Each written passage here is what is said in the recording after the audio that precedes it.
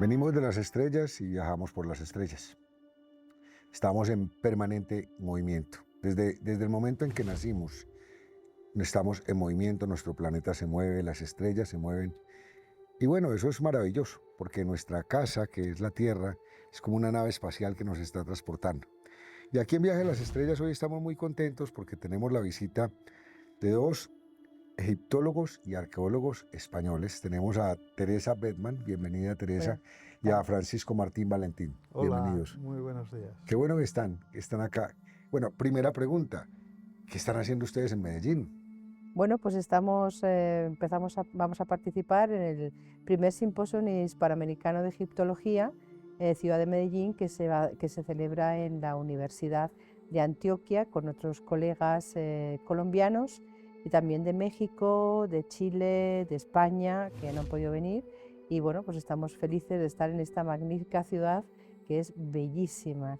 Todo el mundo nos decía cuando veníamos de España, decía, ay, vais a Medellín, ya ves qué ciudad más bonita, es la de la eterna primavera. Y cierto, tienen una ciudad bella, bella, bella. Yo tengo una canción que compuse que dice que te besa y te abraza. Cierto, cierto. Esa sensación hay realmente, porque nosotros ya hemos estado en Colombia en otra ocasión, en Bogotá, con la Universidad del Externado, para hacer también unos cursos de egiptología y también sentimos la cálida acogida y la hospitalidad de Colombia, ¿no? Pero yo debo decir, sin hacer de menos a Bogotá, que no se me enfade nadie, que Medellín abraza, efectivamente, Abraza. acoge, Es cierto. una ciudad muy abrazadora. Yo tengo una pregunta. Para ser, ahora, uno estudia arqueología, ¿cierto? Como tal. Bueno, nosotros hemos de matizar que somos egiptólogos que no arqueólogos. Que el Okay, matiz, esa es la primera pregunta que sí, tengo, o sea, contextualicémonos un poco. Sí, bueno, nosotros somos egiptólogos con los estudios hechos oportunamente en cada caso. Teresa hablará de lo suyo, yo hablo de lo mío. Yo hice historia en la Complutense de Madrid, después hice mi doctorado en la Universidad Complutense también de Madrid, especializándome en religión egipcia. De manera que a través de ese cauce académico especialicé mis estudios y formación egiptológica. Y bueno, y luego el movimiento se hace andando, quiero decir, porque un título no faculta más que para empezar a andar el camino. Como decía Antonio Machado, ¿no? Exacto, Sí, no hay camino, se hace camino al andar, efectivamente. Luego hay que estudiar, hay que investigar todos los días. Es decir, esto no es algo que puedas dejar. Además, si lo amas, como es el caso. Siempre hay dudas, siempre hay inquietudes y además es como una especie de pozo que desde el brocal jamás se ve el fin. Es decir, tanto más bajes por el pozo, vas viendo que hay más profundidad. Con la seguridad eso es maravilloso también, de que ¿no? nunca llegas, no vas a llegar. O sea que sí, el ámbito es ese. La titulación académica en el principio, correcto, muy bien, estupendo, pero el trabajo estaba por hacer. Y el trabajo sigue estando por hacerse todos los días. Todos los días. Teresa, ¿y tú? ¿Tú qué estudiaste? Historia, y después me especializé en egiptología en la Universidad de Manchester. Entonces, bueno, pues ahí mi pasión, que yo desde muy pequeña tuve, pues realmente lo hice realidad.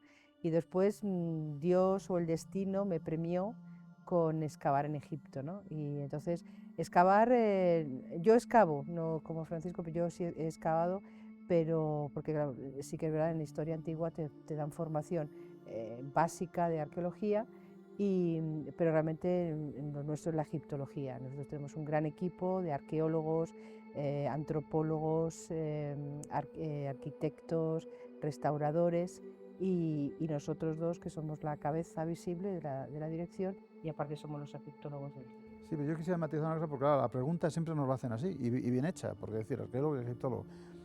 Para trabajar en Egipto, en el campo, me refiero sobre el terreno, no puede haber egiptólogo que no tenga conocimientos de arqueología, ni arqueólogo que no sepa de egiptología. De manera que al final acaba siendo como una especie de... y de que la función, el oficio, te hace que conozcas el terreno. Yo cuando he dicho soy egiptólogo, quiero decir porque la formación mía básica es de egiptólogo, es decir, en todo lo que esto lleva consigo, historia, arqueología, lengua, religión, todas las disciplinas que constituyen la ciencia de la egiptología. Pero puede ser egiptólogo de gabinete, que es muy respetable, trabajando con publicaciones, biblioteca, etcétera y cual, o documentación, o en el campo y en gabinete. Porque el gabinete no puedes dejarlo, eso está claro. Pero tengo una pregunta. Sí. ¿Ustedes se conocieron porque ustedes son pareja Sí, también. sí, somos O sea, pareja. ¿se conocieron en el ejercicio, en la universidad? O sea, Yo eso ¿cómo? prefiero que lo cuente ella. A ver, cuéntanos. Es que yo soy chismoso. No, no, no, bien, bien. No, me parece muy No, bien, muy no, bien. nos conocimos en la egiptología. En España, en Madrid concretamente, que es la ciudad donde vivimos, pues a través de la Embajada de Egipto en Madrid se empezaron hace muchos años a hacer unos cursos avanzados de egiptología y él era profesor ahí y yo alumna. Entonces ahí, Yo era director y profesor. sí, y entonces bueno pues y yo fui alumna y bueno pues finalmente la vida nos llevó juntando, ¿no? Muchos años después, pero y así empezamos, o sea que... No es el primer caso, ¿verdad? Pero lo que hay aquí, yo de verdad digo que hay un principio de destino, creo en ello firmemente. Totalmente. Es decir, ¿por qué? No hay casualidades, hay causalidades. Absolutamente. Y porque a mí se me ha demostrado que la vida me ha puesto en un camino y me ha hecho confluir con ella. Es decir, porque no solamente somos pareja de convivencia, pero somos pareja científica, indiscutiblemente, ¿no? Y yo creo que muchas veces un terreno es más poderoso que el otro, porque cuando estamos debatiendo y debatimos interpretaciones, enfoques, discusión científica, hay veces que, con todo el respeto cada uno, pero firmes en la postura, quiero decir. Por supuesto. O sea, quiero decir que... Nadie regala nada. O sea, no, todo... pero... Y entonces el fruto, yo creo que es espléndido, de esta relación científica, académica y personal, por supuesto. Yo creo que el fruto es espléndido, espléndido.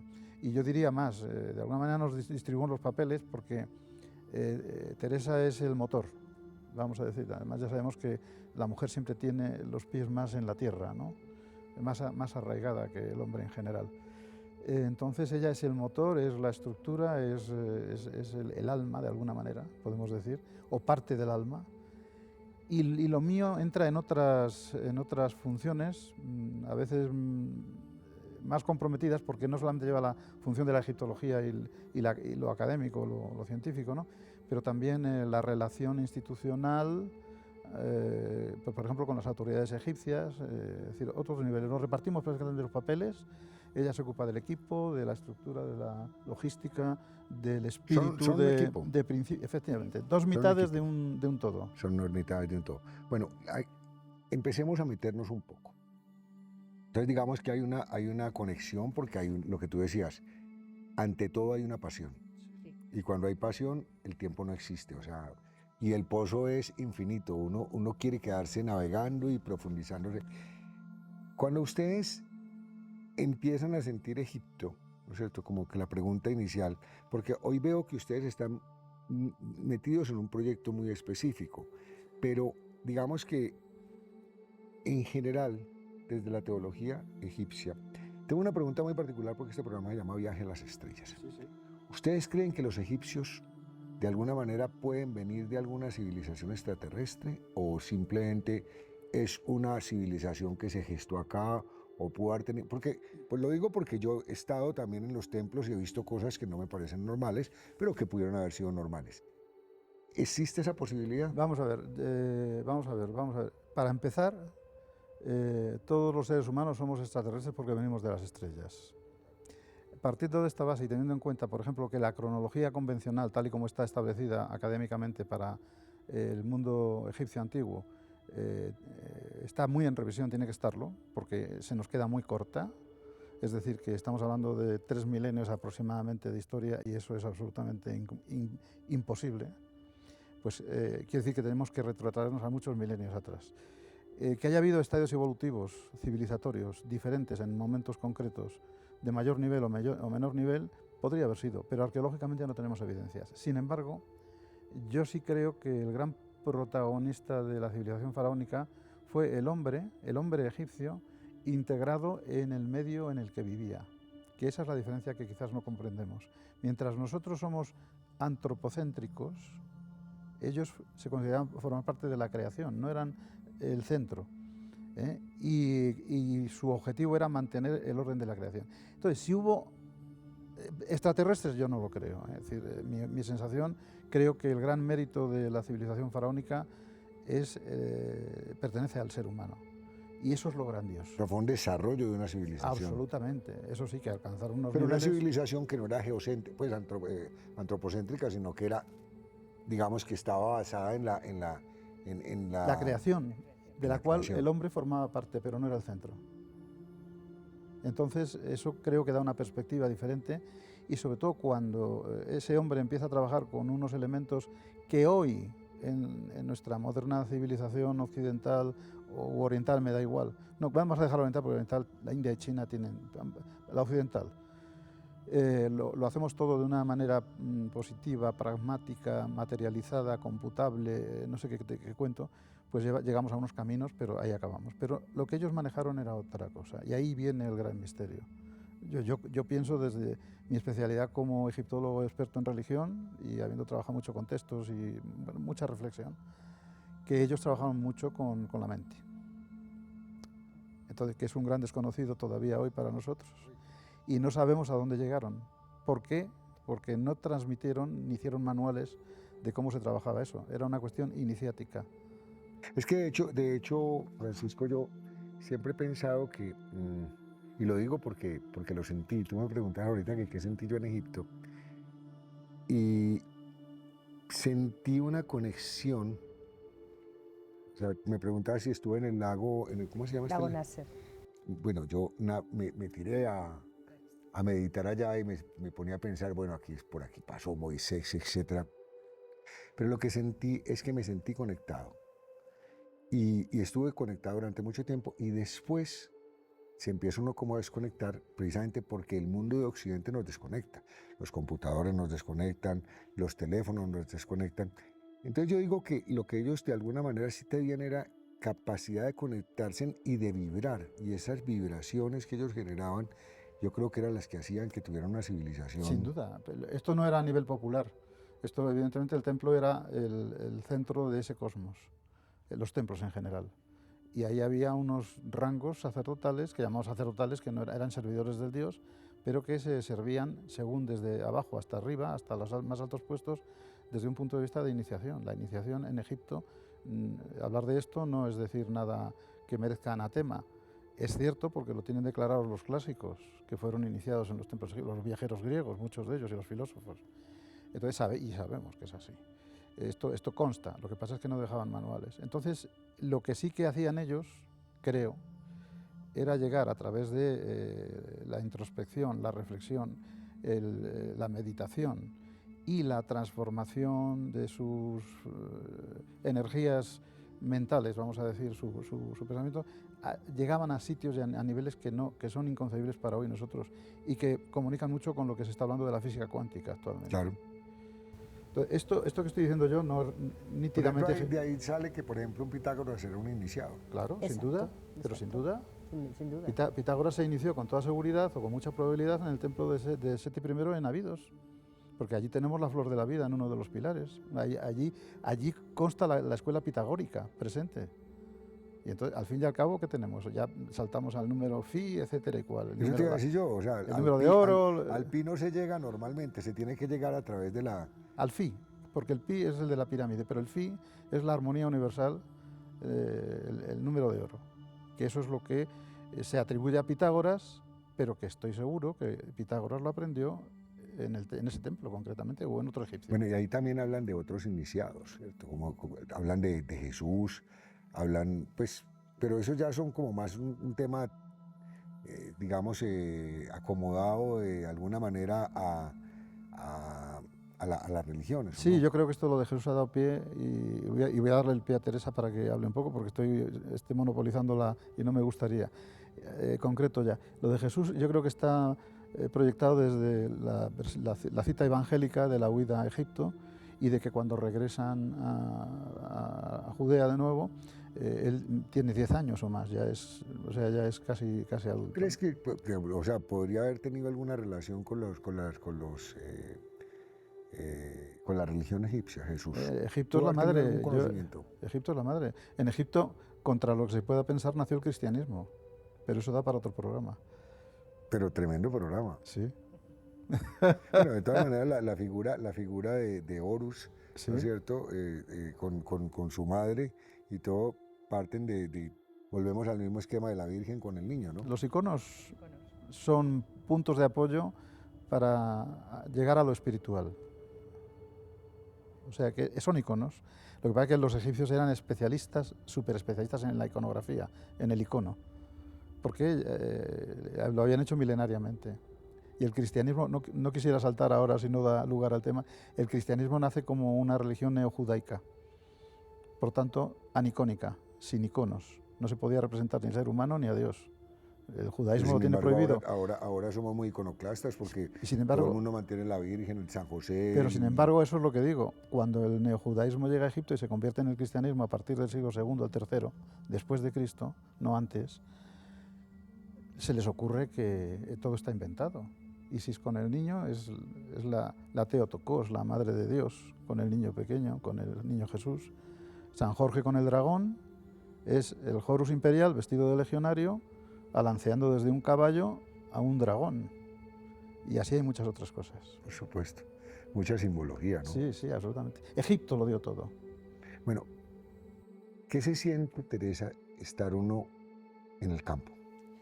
Ay, pues todos hemos visto o todos hemos leído cuando Howard Carter entra por primera vez a la tumba de Tutankamón y Lord Carnarvon lo tiene detrás, le dice, ¿qué ves? Dime, ¿qué estás viendo? Dijo, cosas maravillosas, ¿no? Pues yo he podido, y él también, tener ese momento de cosas maravillosas. O sea, has tenido ese momento Sí. en que después de mucho investigar y encontrar, llegas a un sitio donde te No, encuentras encuentro una tumba intacta. intacta. Encontramos dos, una en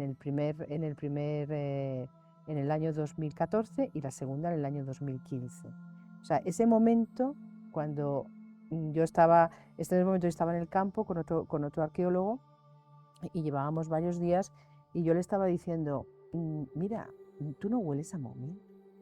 Y no huele a nada, pues a mí me huele. Y yo había visto, porque estábamos excavando una zona donde aparentemente había unas losas, pero estaban como desparejadas, ¿no? Estaban como muy destruidas. Y yo le decía, a mí esto me da una sensación de que esto está aparejado. No, esto es una acumulación, porque estábamos, ¿verdad?, que una acumulación de rocas por todas partes. No, y yo decía, a mí me parece que esto tiene una alineación, tenía como una secuencia. Y seguimos excavando esa zona varios días más. Y ya el 1 de diciembre, digo bien, ¿no? 1 de diciembre, en un momento determinado habíamos parado a desayunar, continuábamos el trabajo y en un momento determinado él me dice, aquí hay una madera. Y entonces le digo yo, a ver, y digo, déjame tu paletín, porque el mío era picudo y él tenía la punta redonda, ¿no? Entonces yo le dijo, déjame un momento el paletín tuyo. Entonces yo bajé un poco más y ya vi que tenía jeroglíficos. Y entonces le bajé más y vi que aquello continuaba. Y ya me di cuenta, yo perfectamente me di cuenta que estaba viendo la parte de atrás, de aquí del sarcófago, y que tenía un corte y que bajaba. Y le dije, acabamos de descubrir una tumba. Y él me dijo, no me fastidies. Digo, sí. Digo, disimuladamente, levántate y llámale a él. Porque allí no se monta mucha maravilla y no sé qué. Y efectivamente, él fue a avisarle y yo continué bajando. Y previamente, los días previos, sí que habíamos encontrado muchísima cerámica, muchísimo resto de material, muchas pistas. Ritual funerario. Un ritual funerario, ¿no? Que a mí es lo que me daba pista y el olor, porque a mí de verdad que me estaba oliendo, llevaba días oliéndome. Y entonces ya cuando yo ya descubrí esta parte de aquí atrás, ya vi que estábamos ante un enterramiento intacto. Entonces ya vino él. ¿En qué sitio específicamente? En Luxor, en la tumba del visir Amenhotep. La fundación del Instituto de Estudios del Antiguo Egipto, que es la organización a la que pertenecemos, nosotros hemos tenido un primer proyecto que fue Senemut, del año 2000, empezamos en el 98 y en el 2000 empezamos ya en el campo, hasta el 2008, financiado por el Ministerio de Cultura de España. Y a partir del año 2009 se ve que no lo hicimos tan mal, que nos dieron este segundo proyecto, que es inmenso, que es donde llevamos los últimos 16 años, con mucha participación colombiana, que después hablaré. y ahí empezamos a trabajar una tumba intacta de un personaje magnífico que él te va a hablar ahora más detenidamente, pero en el patio, que era donde estaban, porque es una tumba de más de 1000 metros cuadrados, con su capilla, un patio exterior y un corredor inmenso, más de 1000 metros cuadrados, como digo, con un depósito de más de 8 metros hacia abajo, o sea, una cosa increíblemente grande. Pues estábamos casi ya a nivel de suelo, estábamos ya muy cerca del nivel de suelo cuando encontramos este enterramiento. Y bueno, pues vinieron otros compañeros a auxiliarnos, vino él, empezamos a hacer pues, toda la tecnología que hay que hacer de mediciones, de tomar datos, todo para saber el contexto, hasta que ya limpiamos todo el área y ya vimos el enterramiento, y resultó ser el enterramiento de una cantora, una mujer, del dios Amón de Tebas. Espectacular. Pero lo más espectacular, cuando ya hicimos todas esas mediciones, toda la toma de fotografías, todo el área, todo no sé qué, fue en un momento determinado que ya tuvimos que levantar ese cuerpo, no ese cuerpo, sino ese sarcófago, perdón, y los obreros lo levantan, ¿no? Y entonces lo llevan al hombro y lo teníamos que meter en la tumba del visir porque es la que tiene puerta. Ese segundo de levantar y llevar, que es, mira, se me ponen los pelos de punta solamente de recordarlo. Yo no sabía si yo estaba en el siglo XXI o estaba 2500 años más atrás. Fue un momento mágico, donde yo no sabía si la acabamos de descubrir o la estábamos dando enterramiento. Y bueno, pues es un momento muy... Entonces, a mí, abundando las versiones, porque claro, la pregunta es muy buena, ¿qué se siente? ¿Qué se siente? Ella te está contando esta sensación que te está viniendo a decir, hubo una confusión cronológica en la mente. Es decir, desde el momento en que aquel sarcófago fue depositado ahí cubierto hasta el momento en el que se levantan las losas y vuelve a aparecer la luz del sol sobre ese sarcófago, han pasado, esto era del año 1000 aproximadamente desde Cristo, 3000 y un poquito de años, o había pasado solamente 2 segundos. Exacto, o sea, era esto. El segundo del depósito y el segundo de la apertura. Esto es lo que te quiero explicar. Entonces ahí es donde empiezan las reflexiones, las sensaciones. Cuando uno dice, el tiempo es una convención del ser humano porque es perecedero, porque es efímero, pero el tiempo realmente existe como lo concebimos nosotros o caben otras posibilidades de dimensión. Y entonces es cuando allí te das cuenta de que el tiempo para esa persona enterrada allí ha transcurrido entre un segundo y otro segundo. Lo único que los protagonistas que lo depositaron y los que lo levantaron son diferentes, ¿o no? Ya regresamos. Esto está maravilloso.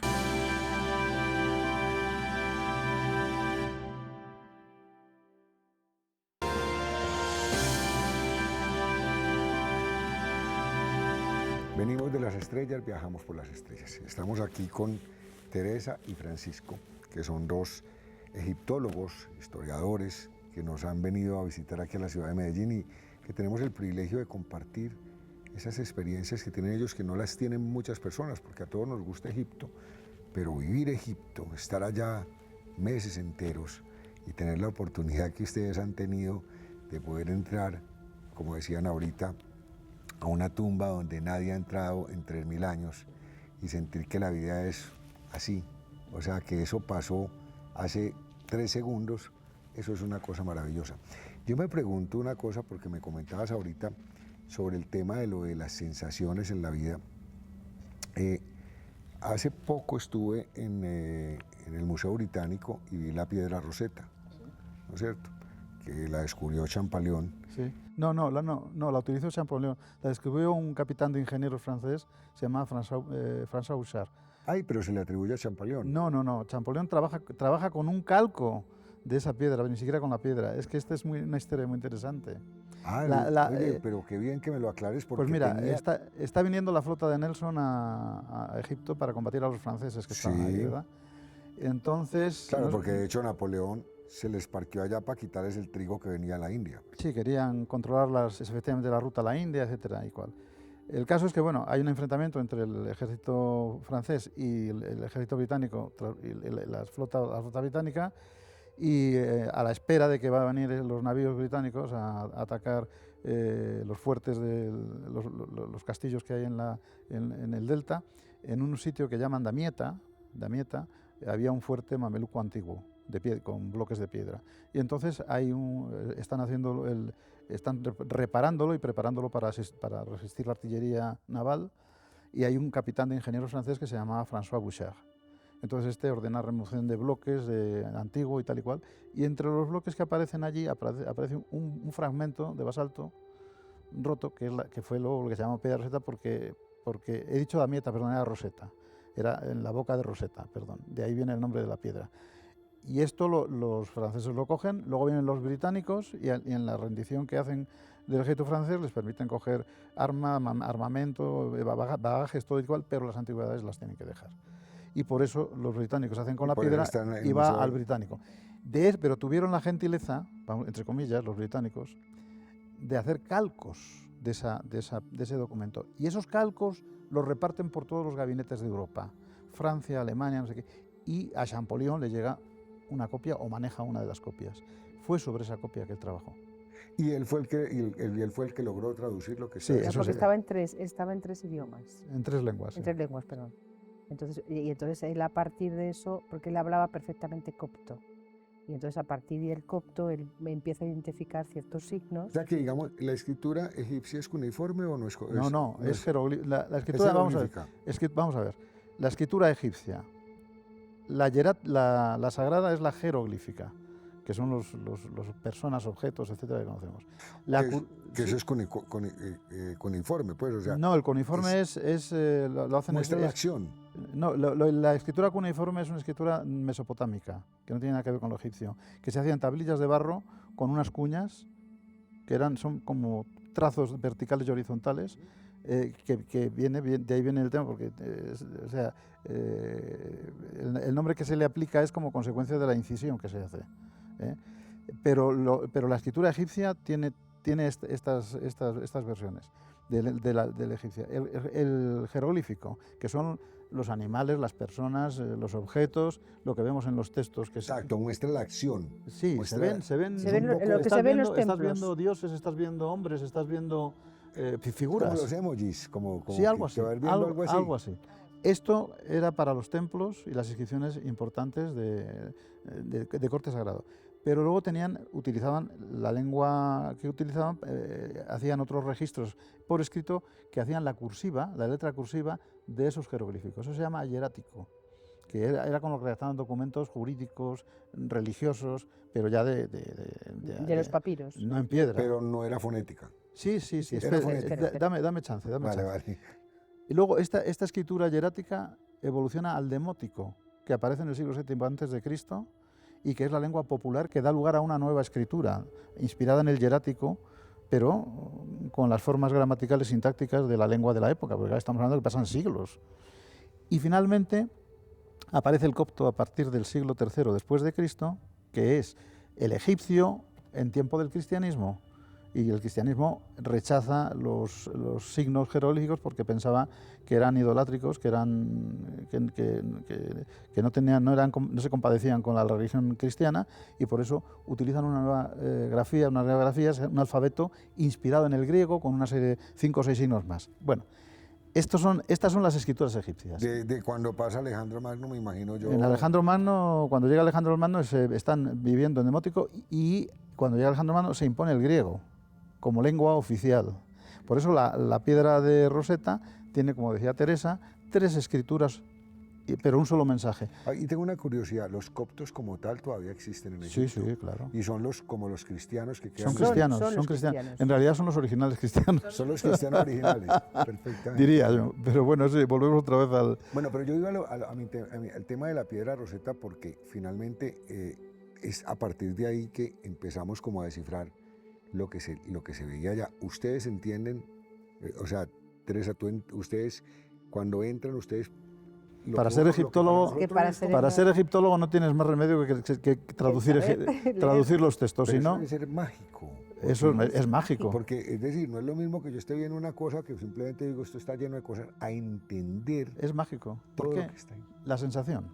Cuando empiezas a leer los muros, vuelves a hacer el mismo trabajo que hicieron los sacerdotes antiguos. Ellos creían que lo que había en los muros podía cobrar vida virtual solamente por la pronunciación en alta voz. Ok. El poder de la voz, ¿no? Entonces, cuando uno empieza a leer eso, de alguna manera tiene una sensación, quizás no certera, quizás sí, de que estás activando algo. O puedes activarlo. Pues, totalmente. Entonces, la sensación es Y única. ustedes lo hacen, de hecho. O sea, es parte del... Sí, vamos, en el primer Tienes- proyecto que decía Teresa, que es Sí, Senemut. la tumba tebana 353, de un gran hombre que fue Senemut, el arquitecto de la reina Hatshepsut. Allí hay una cámara entera de textos, que son textos religiosos funerarios, cuya traducción va a aparecer ahora en estos días en España, precisamente, publicada por Teresa y por mí. Y cuando yo hice los trabajos de... Era una cámara, la primera cámara es una tumba, no es una tumba, es un hipogeo, pero tiene 3 cámaras, y la primera es la que tiene textos de techo a suelo, con el techo astronómico más antiguo de la humanidad. Y entonces son columnas, entonces había que repasar la epigrafía, ir contrastándola, e instintivamente vas leyendo, Yedmedu, no sé qué tal, Senenmut, Maheru, etcétera y cual. Y si estás solo allí, pues no te prestas atención, pero estás leyendo en altavoz. Y de repente te das cuenta que estás leyendo en altavoz. Y de repente te viene un eco de la parte de atrás, porque la tumba llega a 90 metros de profundidad, que te devuelve la palabra, porque estaba preparada para que allí la sonoridad fuese magnífica. Y de repente te entra una cosita que no te cuento yo. Sí, porque es como si estuviera encriptado y lo desencriptaste. Sí, ¿no? eso es, claro. Y cuando empiezas a leer, de repente te das cuenta que dices, oye, pero si aquí lo que hay es una repetición mántrica, ya sabes, los mantras hindúes que hacen sonidos repetitivos, porque piensan que con ese tipo de trabajo, o los budistas, abren dimensiones para poder conectar con otro nivel, ¿no? Y empiezas a ver que los egipcios, aunque no podemos pronunciar exactamente, pasaba algo parecido. Repetían sonidos reiterados para en una frase decir y te das cuenta y coges una clave. Claro, ¿eso qué significaba? Lo podemos leer y lo podemos dar valor virtual, y desde un punto de vista moderno pues hay unas traducciones que se hacen científicas, se publican, las leemos, a veces nos parecen incongruencias tal y como se traducen, pero lo que está claro que es que el sacerdote lector que llevaba allí tenía que hacer la lectura, por eso se dice Maheru, justo de voz, que sabía entonar adecuadamente eso. Eso lo hacían para romper algún tipo de situación de este nivel y trascender a otro. O sea, o un hacer, sistema de vibración o... entonándolo con salmodia, con un ritmo incluso musical, si cabe la expresión determinado, en fin, impresionante. Bueno, entonces ahí vuelve un poco lo que tú me decías, o sea, cómo una persona, viendo estas maravillas y pudiéndolas entender, no lo siente. Pues eso es inconcebible. Bueno, quizá porque el materialismo histórico ha hecho mucho daño dentro de la historia y dentro de la egiptología, y hay mucha gente, como decíamos hace un momento, que está simplemente a copiar estas piedras o los textos y es como una forma mecánica, ¿no? No tiene esa sensibilidad como para poder ir a esa trascendencia que los antiguos egipcios nos dejaron, ¿no? ¿Sabes qué es que a veces pasa que cuando nos metemos mucho en las cosas y nos especializamos, perdemos a veces como el sabor y la razón por la que inicialmente estábamos ahí? De acuerdo. Sí, Puede ser. Absolutamente. Puede ser. La especialización es el enemigo de la comprensión. Sí. Porque la comprensión tiene que ser global. Si es necesaria en el concepto global, sí, sí. pero al individuo como tal lo vuelve muy monotemático sí, y estoy de acuerdo, le corta la visión. Estoy de acuerdo. Quizá nuestra formación, tanto la de Francisco como mía, como es muchísimo más humanista, quizá eso nos ha ayudado también mucho a entender, porque cuando nosotros llegamos a este primer proyecto, que es muy interesante, que Senemut fue el arquitecto de la reina Hatshepsut y fue algo más que un arquitecto, ¿no? Fue un hombre que era un astrónomo, era un hombre que conocía la materia, realmente la reina Hatshepsut pudo llegar a ser faraón de Egipto porque tenía a este hombre detrás. O sea, él era como el pensante, el que estaba detrás. Es un poco el mito de Pigmalión, ¿no? O sea, él la crea realmente. Él crea al faraón Hatshepsut.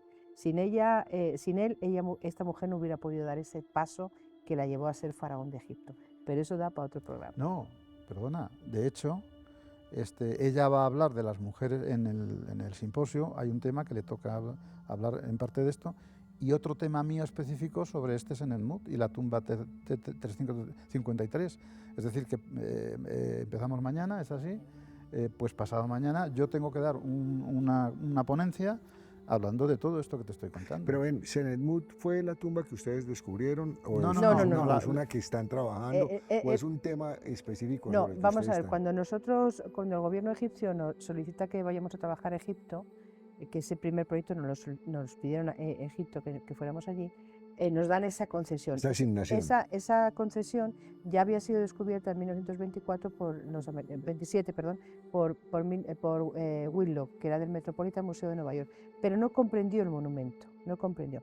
A nosotros... También queda en Luxor. Sí, Sí, está en Luxor. está al lado del templo de Del Del Bahari. Bahari, está en ese área del Bahari, a ¿Ah, sí? 300 metros, sí.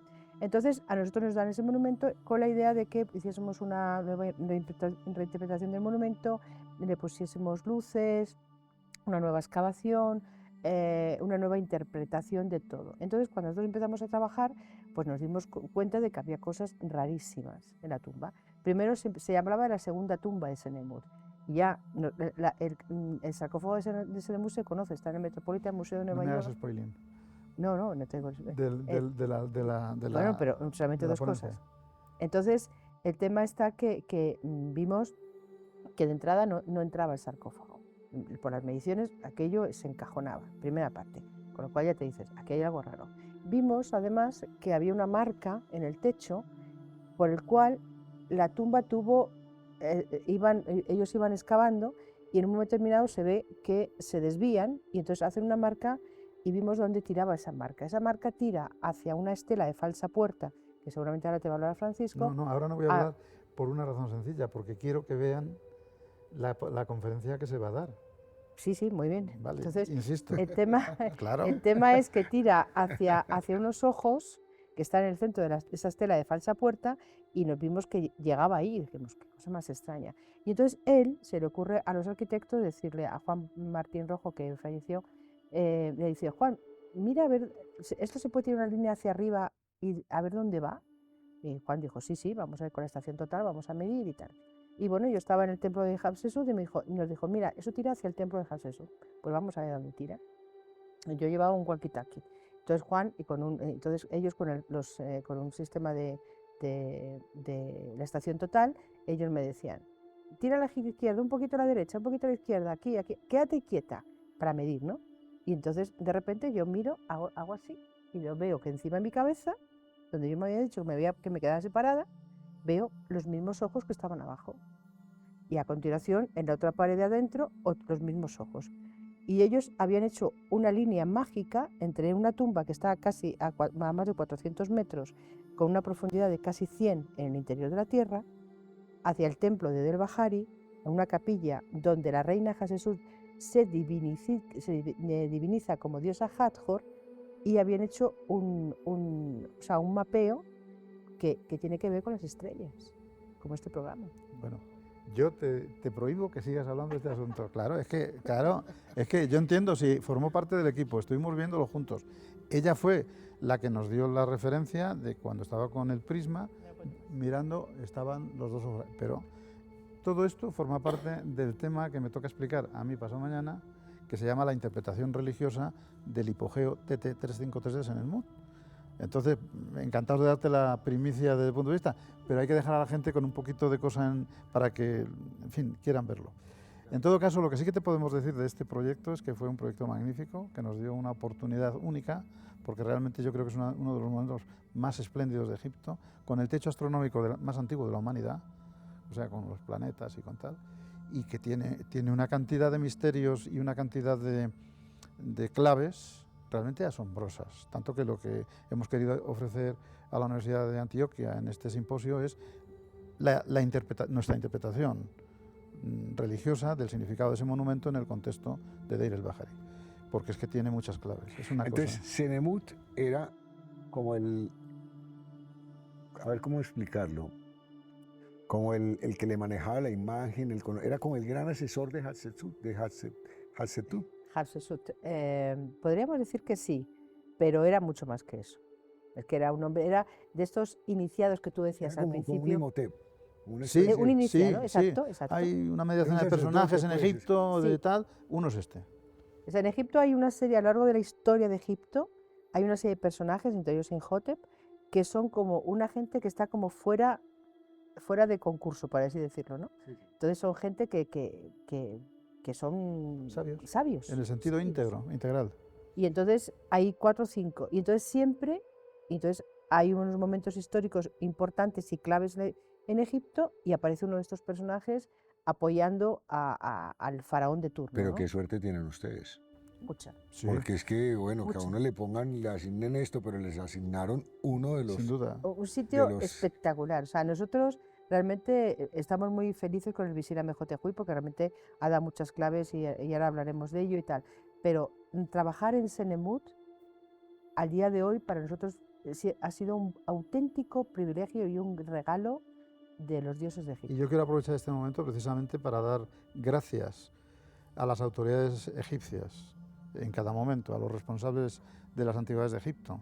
Hoy el Ministerio de Turismo y Antigüedades, pero como estamos hace 25 años casi allí, antes era el Ministerio de Antigüedades.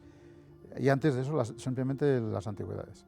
A todos con los que nos hemos relacionado y han accedido a que nosotros podamos trabajar, nosotros les debemos gratitud eterna, porque realmente han depositado en nuestras manos auténticos tesoros confiando en nuestra prudencia, nuestra capacidad científica y nuestra responsabilidad.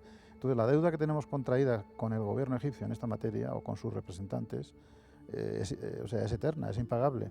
Y realmente yo quiero en este momento precisamente poner y subrayar el gran agradecimiento que personalmente Teresa Bedman y Francisco Martín, pero la Fundación del Instituto de Estudios del Antiguo Egipto, debe a las autoridades responsables en Egipto que han confiado en nosotros y siguen confiando, y espero que sigan.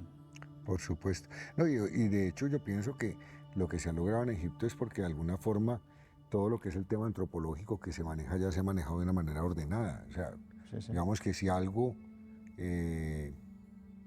tienen ellos claro es su patrimonio, a pesar de que lo saquearon los ingleses y todo el mundo durante mucho tiempo. Pero eso pasa en todas las culturas del mundo. Es decir, el ser humano, sin poner etiquetas, es terrible para con sus antepasados, ya sean los propios u otros, porque ya sabemos cómo están, por ejemplo, pues yo que sé, pues las ruinas de las ciudades griegas en Asia Menor, quiero decir, no tiene nada que ver. Pero en fin, ellos valoran, porque hay la misma Mesopotamia. Claro, y hay una cosa que sí que es cierto y todos estos extremistas que acaban con los que están monumentos. pasando en Egipto, nosotros lo vivimos y lo sabemos.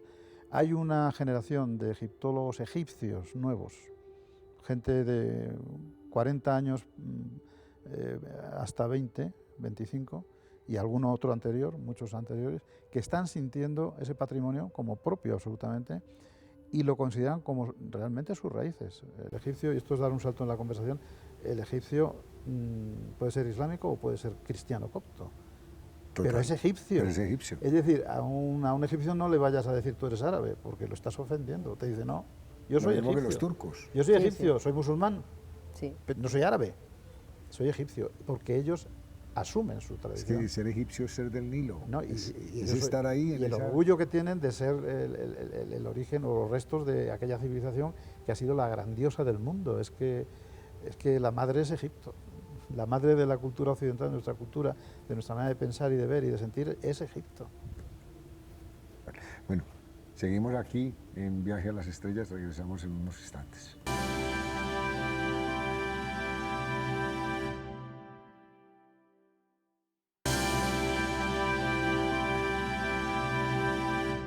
Bueno, venimos de las estrellas, viajamos por las estrellas y hoy sí que nos ha tocado un viaje lindo, porque hemos hecho un viaje con Teresa Bedman y Francisco Martín Valentín, que son dos personas que conocen de la historia de Egipto, que han estado allá en sus excavaciones y que sobre todo lo sienten y lo más lindo, que se lo hacen sentir a uno, porque yo creo que todos los que están aquí acompañándonos deben estar fascinados y con mucha envidia, ¿no? Porque es que yo creo que lo que les ha tocado vivir a ustedes a pocos seres humanos les toca. No solamente por el hecho de la carrera que tenéis, sino por el hecho de el personaje que les entregaron a investigar. ¿cierto? Porque es que digamos que es una doble suerte, es una doble suerte. Hay hay otra asignación que ahora están trabajando ustedes, que es la tumba del visir Amenhotep Huy. Muy bien dicho. Muy bien pronunciado. ¿Quién es Amenhotep Huy? Yo voy a decirlo y luego le paso la palabra a Teresa. Amenhotep Huy, ¿quién fue o quién es? Porque le hemos devuelto la vida. Fue un visir del sur, quiere decirse como un alter ego del faraón en sus papeles políticos y administrativos, un gobernador del sur del Alto Egipto, de Amenhotep III, que fue el tercer faraón de la dinastía decimonovena, hacia el 1360 antes de Cristo, perdón, de la decimoctava, perdón. O sea, noveno faraón de la decimoctava, hacia el 1360 antes de Cristo, por centrarnos. Amenhotep III fue el padre de Ajenatón, el célebre Ajenatón, y probablemente el padre de Tutankamón. Ahí te lo dejo. Esto cambia absolutamente la idea que se tiene. Pero no fue faraón, fue visir. No, Amenhotep III hablo. Y estoy referenciándome con el rey al que sirve el visir. El visir fue el gobernador del Alto Egipto de este faraón tan importante, Amenhotep III. Y gobernó en nombre del faraón, pero en este tiempo del faraón, de este rey, Amenhotep III, es cuando surge el cisma atoniano. Es decir, cuando se declara que solamente hay un dios, que es el dios Atón, etcétera y cual, ese principio de monoteísmo que se ha hablado. Pero nuestro hombre, el visir, era contrario a esta doctrina. Exacto. Y él encabezó, era un hombre del dios Amón, y encabezó la oposición política a esta gran revolución que fue la revolución amarniense. Y esto probablemente le costó la vida. Entonces, este contexto es el biográfico de este personaje, del que no se sabía prácticamente nada hasta que nosotros comenzamos las excavaciones en la tumba, de manera que hoy sí que estamos en situación de dar un perfil biográfico de él, qué hizo, cómo lo hizo, porque lo hemos averiguado a través de su tumba inacabada, que tuvimos... O sea que el primer personaje es un personaje más espiritual, más trascendental, y este es un personaje más histórico, ¿no? Por así decirlo. Senenmut era, te refieres a Senenmut y este. Senenmut era histórico y fue muy potente. No, por eso, histórico fue, pero digamos que fue más como un sacerdote, más una persona de nivel espiritual. Superior, sí, señor. Exactamente. Era un sabio. Y este era un personaje más histórico, más político. Este era un funcionario vinculado, y además lo podemos decir porque hemos percibido esto allí, es decir, la personalidad de nuestro querido Amenhotep Huy a veces nos deja un poquito, este era un funcionario importante, con pretensiones, pero era un hombre un poquito de suelo, de tierra. ¿Sabes? Lo que tú estás diciendo. Es muy terrenal, ¿no? Sí, exacto, muy metido en la política, muy cotidiano. Senenmut está fuera de concurso. Senenmut está fuera de concurso. O sea, fuera de concurso. Otro personaje también del mismo periodo, Amenhotep, hijo de Hapu, que es otro fuera de concurso. Es otro personaje. Como te he dicho antes, a lo largo de la historia de Egipto hay una serie de personajes que están en los momentos clave, en los momentos más críticos y son de gente, yo no voy a decir de gente superior, pero sí con una educación o con una espiritualidad que hace que todo funcionase en Egipto. Pero tú no crees que ese era como el río que atravesaba realmente la civilización. Es decir, tendría que haber, como en todo, ¿no es cierto? Digamos que en todos los procesos históricos existen los políticos, y los políticos es el de turno, ¿no? ¿Cierto? Pero finalmente existe, digamos, lo que tú estás planteando, existen como unos guías espirituales que van acompañando como en hilo a través del tiempo a estos faraones. Entonces digamos que eran como relevar, como la escuela, la escuela de los... Senenmut, un sabio integral. Amenhotep Huy, un funcionario, punto. De alto nivel, pero un funcionario. Punto. Con sus creencias religiosas, pero... Son dos cosas muy distintas. La cuestión es que nosotros hemos tenido la oportunidad de excavar la tumba desde cero, porque está bien excavada. Esta tumba no la había tocado nunca nadie. Entonces nosotros y hemos tenido la posibilidad de ir viendo detalle a detalle, pequeño a pequeño, paso a paso, cómo ha sido la historia de este personaje a través de su tumba. Y hay datos muy relevantes, muy importantes. Pues, por ejemplo, Teresa te decía antes el tesoro de los dos descubrimientos de tumbas intactas, y yo te digo ahora, por ejemplo, el mayor tesoro que ha encontrado la Fundación en la tumba, en este gran proyecto, ha sido unas inscripciones que modifican toda la cronología de final de la dinastía decimoctava, teniendo que mover los personajes en situaciones distintas, porque encontramos la prueba de que el padre Amenhotep III y el hijo Amenhotep IV estaban representados ahí en inscripciones en la tumba del visir, por orden del visir, reinando juntos. Que toda la bibliografía y toda la historiografía te habla... O sea que en cronología Si eso uno no decía, no moría el cuadra. padre, subía el hijo. Estaban juntos, Bien, pues no. Hubo gente que ya intuyó esto antes, pero nosotros hemos aportado la prueba por nuestros descubrimientos allí de que el hijo reinó con el padre conjuntamente 12 años. Bueno, ahora esto es muy interesante, pero a lo mejor a la gente no le llama mucho la atención. Decir simplemente que desde un punto de vista egiptológico es muy importantísimo este hallazgo, este descubrimiento. Y esto lo hizo el visir, lo ordenó hacer allí y por eso probablemente, y otras cosas, le costó eso, más la oposición a la Casa Real con el movimiento amarniano, el revolucionario, le costó el puesto, y si no la vida. Yo antes decía que habíamos descubierto 2 tumbas intactas. Realmente hemos descubierto intactas 2, pero hemos descubierto hasta 11, que es lo que estamos excavando ahora, con unos personajes espectaculares que nunca antes se habían mencionado. Nosotros llegamos en la historia hasta el siglo II después de Cristo, en este mismo área, porque ese área se convierte después, precisamente porque este era un hombre de Amón que había sido perseguido por Ajenatón, en los partidos de Ajenatón, y se ve que cuando vuelve la revolución, cuando la revolución acaba y vuelve otra gente otra vez nueva a Tebas, el Aria, este personaje, queda en el acervo popular como un hombre santo, y tenemos las pruebas. Y entonces toda su área es tan sagrada que todo el mundo quiere enterarse ahí. Ok. Estar más cerca de ese paso a través de Osiris, a través del más allá, por intermediación de este personaje, el visir Amenhotep. Y aquí quiero hacer un momentito, dar las gracias públicamente a todas las colombianas que a lo largo de estos últimos 16 años han pasado por nuestros equipos. Son antropólogas todas, menos este año que viene una restauradora, pero todos los demás han sido siempre antropólogas, y realmente nos han ayudado mucho a analizar las más de 850 restos de individuos que hemos localizado en estas excavaciones. 850 individuos. Qué maravilla, o sea, han tenido equipo, No, de tienen hecho, equipo colombiano. de hecho antes nos preguntabas al principio que por qué estamos aquí, y claro, se nos ha pasado lo más importante. Estamos aquí por nuestra vinculación con Colombia, a través de los profesionales colombianos que se han ido incorporando por voluntad nuestra y de ellos a nuestro equipo, y de modo que ahora tenemos una muy estrecha relación preferencial con Colombia desde el punto de vista de la egiptología, puesto que tenemos un convenio firmado con la Universidad de Externado y tenemos otro con la Universidad de Antioquia. Y nuestra idea es que a través de la fundación pueda aquí, digamos, crear una escuela de egiptólogos colombianos que abran prueba, porque aquí los profesionales son magníficos. Es decir, la formación que llevan es extraordinaria. Y bueno, el destino también nos ha juntado a esta institución española con la gente de Colombia, en este caso, y las universidades de Colombia, para poder quizás formar una corriente, digamos, de actuación egiptológica que sea referente internacional. Maravilla. O sea, que es que no estamos aquí Y por ahí me casualidad, cabe una verdaderamente. pregunta, porque pues creo que ustedes han tenido una vida que muchas personas no logran. Lo digo porque finalmente una cosa es que uno se sueñe ser algo, estudia algo, pero otra cosa es que la vida le dé la oportunidad a uno de hacerlo, y hacerlo en el lugar de los hechos. Es decir, digamos, de 100.000 le pasa a 3. O sea, Yo soñé ser egiptóloga desde que tenía 7 años. por eso, entonces, lo soñaste, lo decretaste, lo declaraste y lo viviste. Y muchas personas no llegaron ni siquiera a estudiarlo.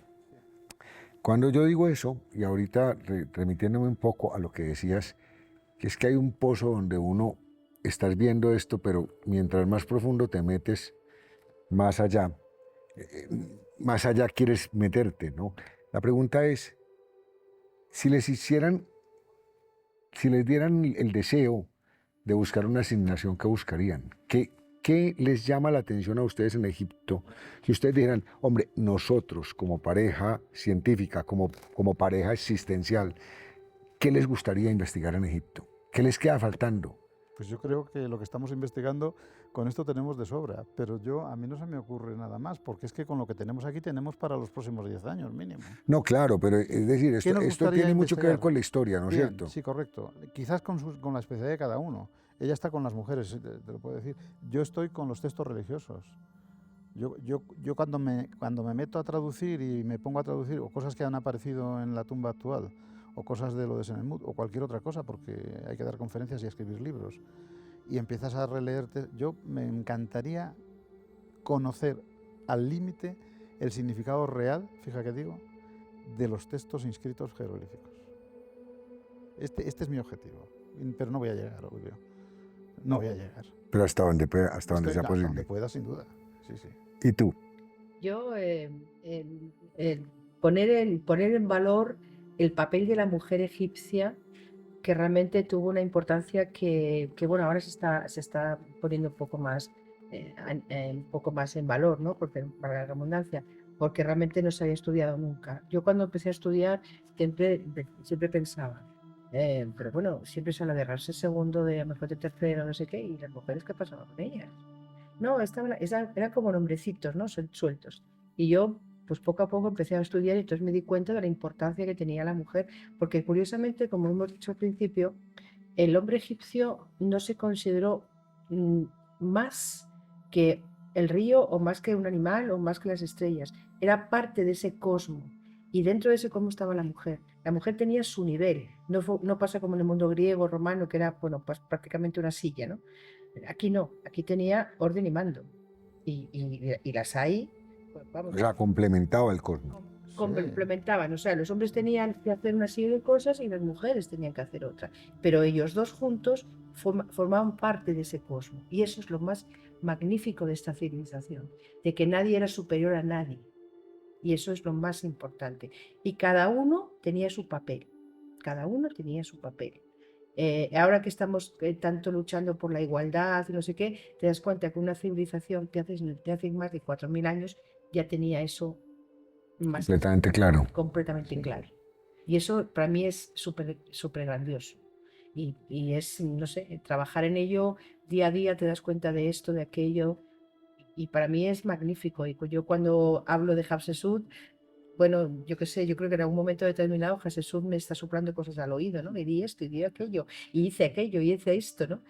O cualquier otra mujer, ¿no? Entonces, bueno, para mí es algo muy, muy importante y seguir investigando sobre ellas, para mí es... Este año, por ejemplo, en la campaña del año 2002, descubrimos una tapa de una pequeña caja de Eusetio. Eusetio son las figurillas funerarias que se depositaban en las tumbas. Y ya vimos que tenía, el jeroglífico que tenía era el nombre de una mujer. Y yo les dije a las chicas, al año que viene vamos a encontrar un enterramiento o algo de una mujer y algo de una mujer. Y este año precisamente hemos encontrado el resto de la tapa, o sea, el resto de la caja, perdón, la tapa era perfecta, y es una mujer. Y hemos encontrado casi 3.500 Eusebius. No todos son de ella, pero muchos de ellos, más de 1.000, son de una mujer. Y tengo el nombre de ella. La he devuelto otra vez a la vida.